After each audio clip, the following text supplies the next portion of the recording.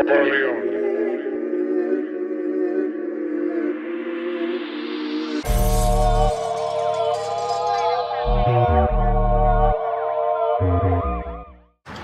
Timothée. Bonjour Timothée. Bonjour Adam, bonjour Gaëtan. Comment ça va?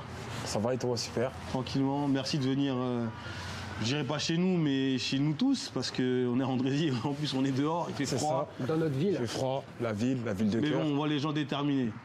Est-ce que tu peux te présenter pour les gens qui ne te connaissent pas? Alors je m'appelle Timothée Simaga, j'ai 25 ans, je fais de l'athlétisme au club de Cergy-Pontoise et ma discipline c'est le 400 mètres haies. Voilà. D'accord. D'où est venue cette passion pour l'athlétisme?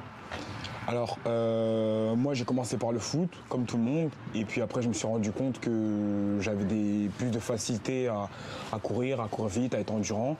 Après j'ai regardé les Jeux Olympiques à la télé, et puis je me suis dit pourquoi pas s'inscrire. Avec le cross du collège aussi, ça nous a donné aussi un goût une motivation pour commencer à s'inscrire dans un club, quoi. Donc voilà d'où est venue cette passion qui perdure jusqu'à aujourd'hui. Aujourd'hui, tu évolues à quel niveau, Timothée? Parce que l'athlétisme, c'est assez vaste. Tu vois, on n'arrive pas, il n'y a pas forcément de division. Il y a beaucoup comment ça s'appelle? Il y a beaucoup de disciplines. Il y a énormément de personnes qui sont là, mais on ne sait pas exactement où ils vont. Il y a du saut à la perche, saut en hauteur. Il y a beaucoup de courses. C'est quoi ta division aujourd'hui? Où tu pourrais te situer? Alors, moi j'évolue en national. Donc je fais championnat de France élite. Comme je te disais, je suis du 400 mètres haies. Avant, j'étais sur 400 mètres. Je suis pas sur 400 mètres haies parce que j'ai eu beaucoup plus de réussite. Après, il y a plusieurs niveaux. Il y a de départemental à niveau national. Et puis jusqu'à même international par la suite. Et puis voilà. Hein. Alors toi, tu es sportif de haut niveau, mais à côté, tu as une activité professionnelle. Comment tu arrives à concilier les deux dans ton quotidien? Entraînement intensif et vie professionnelle. Alors, moi, je suis pompier. Donc, on va dire que pompier, ça me laisse du temps pour m'entraîner parce que voilà, c'est aussi un métier où il faut être en forme physiquement. Après, les entraînements, ça dépend. Le soir, on trouve toujours un moment pour s'arranger, même si on se lever plus tôt. Voilà, il y a toujours un moment où on peut s'entraîner. Après, les séances, vraiment les séances avec le groupe et tout, ça c'est vraiment le soir. Mais si après moi, à côté, je fais d'autres choses, ça je le fais le matin ou dans mes heures creuses de boulot, quoi. Et tu respectes un mode de vie assez particulier, assez sain, pour pouvoir maximiser tes chances de réussite pendant les compétitions? C'est ça. Alors, cette année, j'ai mis des choses en place, comme prendre du diététicienne, aller chez le kiné plus souvent, l'ostéopathe, parce que voilà, vraiment, le corps, c'est vraiment quelque chose qu'il faut entretenir. Si on veut perdurer sur le long terme et vouloir être performant en compétition, il faut mettre des éléments en place qui puissent du coup être bénéfiques à la performance. Donc après, c'est vrai que ça passe par l'alimentation, d'où la diététicienne, la nutritionniste, et puis tout ce qui s'ensuit, kiné, soins, et puis voilà, quoi. Niveau performance, toi, tu as commencé quand même tard, commencé à 16 ans. Je me rappelle, j'étais plus rapide que toi au départ. Ouais, ça me rappelle. Là, c'est vraiment le mec qui s'est laissé aller. Ah là là, 102 kilos. jamais trop tard, hein, il est jamais trop tard. Et lui, tu as quoi? T'as ton poids de forme 78, 75, un truc 72-10. Et du coup, des performances, tu as été médaille de bronze au championnat de France junior en 2018. Espoir en 2018. Là, on est en 2021 et dans 3 ans, du coup, il y a les JO en 2024 à Paris. Là, est-ce que tu n'es pas au milieu d'une performance en 2018 et potentiellement d'une performance en 2024? C'est ce qu'on te souhaite d'ailleurs. Alors, c'est vrai que après cette médaille au championnat de France, j'ai connu comment dire, des hauts et des bas, on va dire, dans le sport. Après, c'est comme ça, c'est ce qui fait le sportif. Et aujourd'hui, c'est vrai que je suis entre deux, mais j'ai vraiment le regard vers l'avant. J'essaie de vraiment faire en sorte pour que tout puisse aller, pour que je puisse mettre en place des choses qui vont du coup m'emmener vers ce rêve-là, du coup le rêve olympique en 2024. Et puis j'y crois à fond et je pense qu'avec avec toute la saison, tout ce qui est mis en place, tout devrait aller par la suite, quoi, il n'y a aucun problème. Quels sont les lieux où tu t'es construit? On connaît pas mal de lieux, la piste rouge d'ailleurs, on va y aller d'ailleurs dans cette interview. Et quels sont tes lieux où tu t'es construit au niveau familial, le Grand Duc Fratrie de 4? Comment tu t'es construit au niveau familial et en termes de lieux dans ta vie? Alors, c'est vrai que le quartier où j'ai grandi, j'ai toujours eu goût au sport. parce que voilà, l'été on n'allait pas forcément en vacances, donc on allait justement à la piste rouge pour faire du foot, voilà, pour faire du sport, pour se découvrir, pour savoir pourquoi on était fait. Et c'est vrai que ce milieu-là, j'ai toujours été dedans et ça a pas. C'est un peu comme ça que je me suis construit, mais c'est naturel quoi. Pour moi, je sais pas comment dire ça, mais c'est ce qui me fait aujourd'hui quoi. Et toi, tu pratiques une discipline individuelle, mais au-delà de ça, est-ce que tu es bien entouré, ne serait-ce par tes proches, mais aussi par ton club qui te soutient dans ta discipline? Alors, par mes proches, je m'entoure bien. Je laisse pas n'importe qui me dire n'importe quoi. Je me laisse pas rentrer d'ondes négatives. J'estime que je suis dans un super groupe où tout le monde veut évoluer, tout le monde est sérieux, tout le monde sait ce qu'il faut faire. Donc c'est ce qui galvanise le groupe. En ce qui concerne le club il me soutient énormément. Là-dessus, il n'y a aucun problème. Ils font en sorte vraiment pour que tout le monde puisse aller vers le haut, que tous les athlètes de chaque discipline puissent aller vers le haut, par la mise en place, par l'étude toujours de nouvelles choses, d'amélioration, que ce soit aussi par le complexe qui vient d'être construit à Cergy, ce qui va nous permettre de nous entraîner au chaud, ce qui n'est pas présent dans tous les clubs. Donc ce qui va vraiment être un plus pour la performance. Donc le club, c'est vrai qu'il fait vraiment des efforts conséquents. Moi, j'ai vu les efforts personnellement pour moi et pour le groupe avec qui je m'entraîne quoi.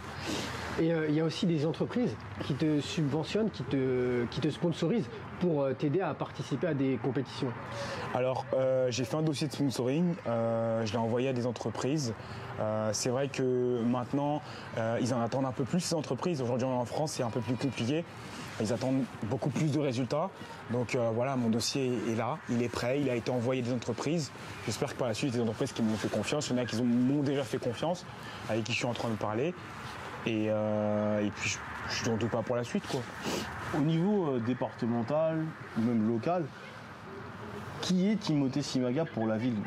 Est-ce que des fois tu es approché par la mairie, par des jeunes? Des fois on sait que tu t'entraînes sur cette piste-là et du coup il y a pas mal de gens de jeunes du collège ou les anciens qui te voient. On a vu Monsieur Paki qui est un champion de la ville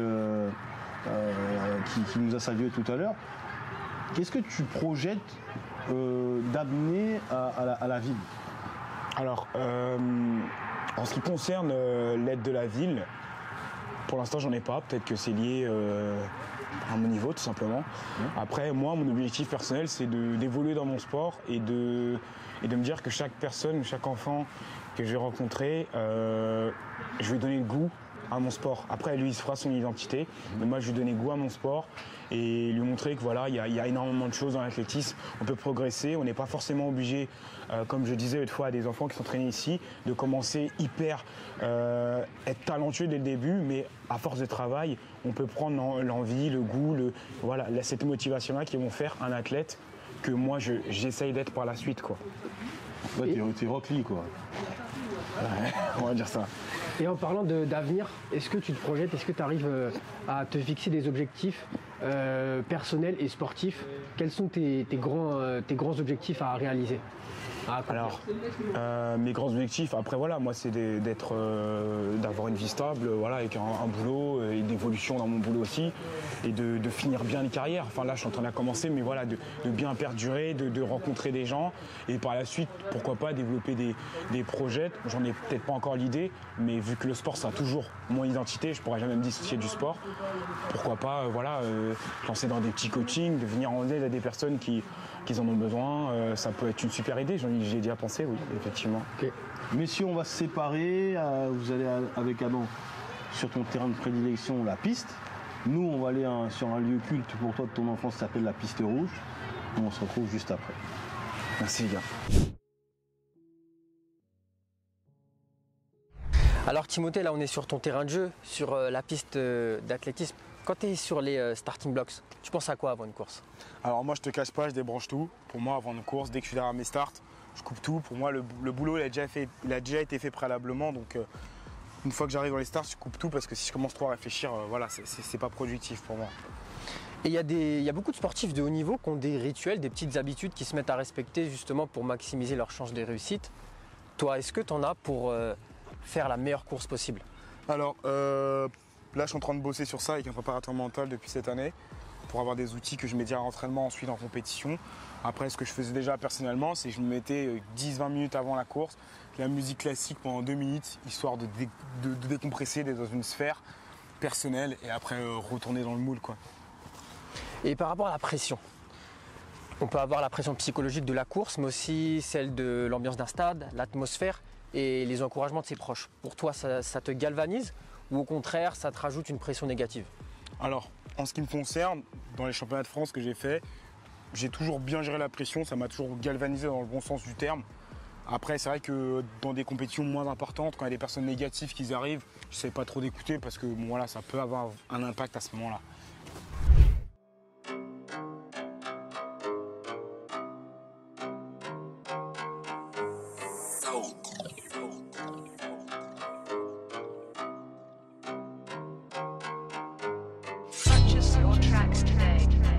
Timothée, la piste rouge. La fameuse piste rouge. Bon, elle n'est pas très rouge aujourd'hui parce qu'il y a pas mal de feuilles puisqu'on est en automne, mais qu'est-ce qui s'est passé ici durant ton enfance?